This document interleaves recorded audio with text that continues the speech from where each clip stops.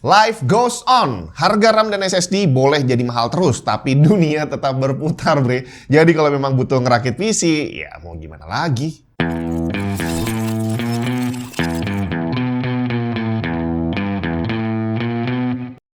Kalau mau nunggu harga turun dalam waktu dekat sepertinya masih belum ada pandangan gitu kali ya. Jadi akhirnya yang bisa kita lakukan sekarang adalah ya udah ngerakit aja tapi diakalin gimana caranya bisa biar dapat harga lebih hemat gitu ya. Beli second bisa jadi opsi tapi ini nggak cocok untuk banyak orang karena ya banyak yang malas ribet gitu ya, nggak tahu cara pasangnya, nggak tahu cara ngetesnya, terus kalau terjadi sesuatu seperti apa garansinya, pokoknya banyak komplikasinya lah ya. Jadi akhirnya beli baru memang untuk sebagian dari kita tidak bisa dihindarkan. Nah, hampir sama seperti zaman GPU mahal beberapa tahun kemarin. Waktu itu ada banyak brand, ada banyak toko, banyak distributor yang memberlakukan sistem bundling. Jadi kalau pengen dapat harga agak miring, bisa, tapi belinya nggak cuma GPU-nya doang. Harus sama motherboard-nya sekalian atau dengan part yang lain.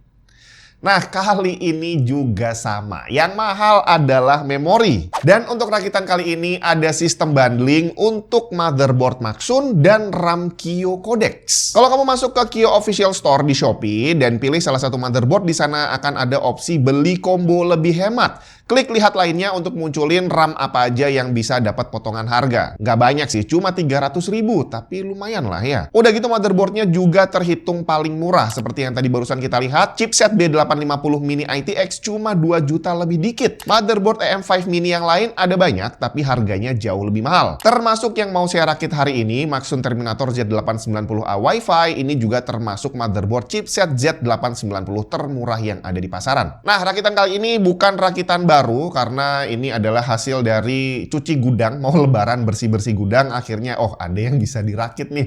Jadi ya udah dikumpulin, dirakit lagi, dan sepertinya sih hampir semua udah pernah saya bahas atau at least udah pernah ada videonya ya. CPU yang saya pakai Core Ultra 5 245KF di motherboard Maxsun Terminator Z890A Wi-Fi. Di mana ini bisa kamu beli bundling dengan RAM Kio Codex 32GB 8000 MTS yang saya pakai dengan SSD NVMe Kio Militant M2 Gen 5. GPU yang saya pakai Gigabyte RTX 4080 Super Aero, tapi kalau kamu ngerakit baru dengan harga segini ya ambil langsung aja RTX 5070 Ti karena harganya selevel sama GPU ini. Power supply FSP Vita GM 850 Watt. Coolernya saya pakai PC Cooler DT360 ARGB display. Terus untuk casing, ini casingnya belum pernah saya bahas. GameMax Next C56 Dual Chamber. Nah, di sini saya ada dua varian berbeda. Yang hitam adalah versi Airflow, sedangkan yang putih adalah versi pakai kaca. Bedanya yang Airflow bagian atasnya mesh, bisa dipasang fan atau radiator, sedangkan yang kaca bagian atasnya ya kaca, bisa ngelihat dalam casingnya. Sisanya sama semua. Yang unik dari casing ini adalah posisi dudukan fan bawah dan samping miring 12 derajat. Kalau dari speknya sih tertulis lebih optimize untuk airflow, intake lebih lancar, dan pembuangan panas juga lebih cepat. Ruangan dalamnya lega banget, support motherboard ATX pastinya, GPU dengan panjang up to 425 mm tanpa syarat apapun. CPU air cooler 182 mili atau radiator support up to 360 di samping dan bisa juga di atas untuk versi airflow. Untuk yang pakai GPU berat, tenang aja, di sini udah ada GPU support bracket, jadi nggak perlu bingung cari bracket terpisah. Dan juga udah support GPU vertikal tanpa mengganggu airflow, tapi vertical risernya beli sendiri. Front panel ada di depan beneran dan udah support USB-C 20 GB per second. Selengkapnya bisa kamu cek langsung aja di website resminya GameX. Dan untuk rakitan kali ini saya pilih yang putih karena part lainnya juga putih. Jadi langsung gas aja kita rakit.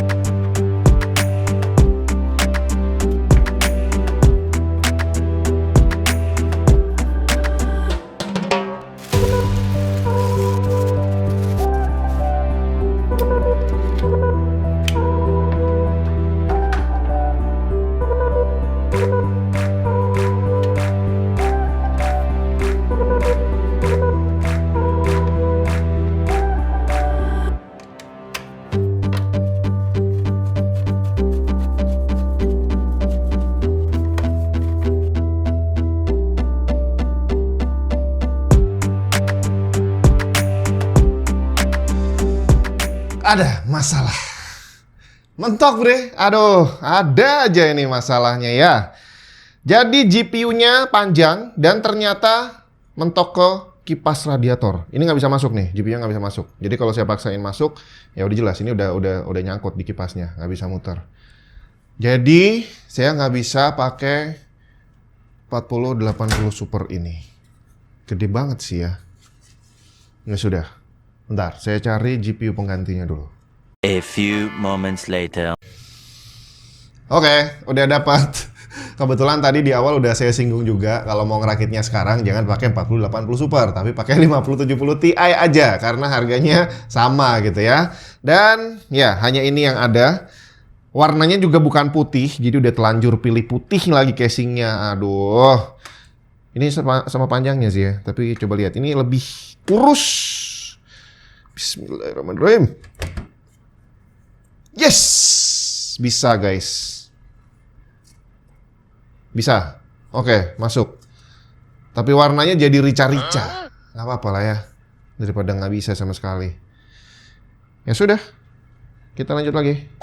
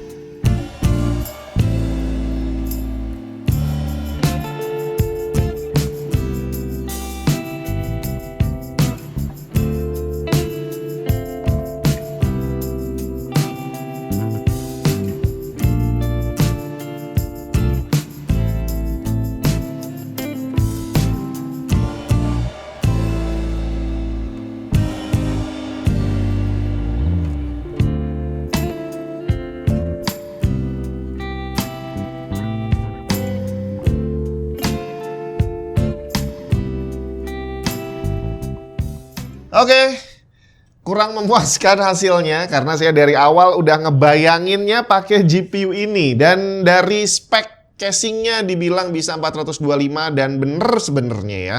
Jadi panjangnya nyampe, tapi yang di luar perkiraan adalah bahwa ternyata radiatornya yang miring ini mentok di sini. Untungnya masih bisa dipasangin Asus TUF Gaming RTX 5070 Ti. Seandainya nggak bisa, ya tambah malas lagi karena harus bongkar radiator dan ngulang dari awal rakitnya, bre. Dan udah hasilnya seperti ini. Kalau di total biayanya kurang lebih segini.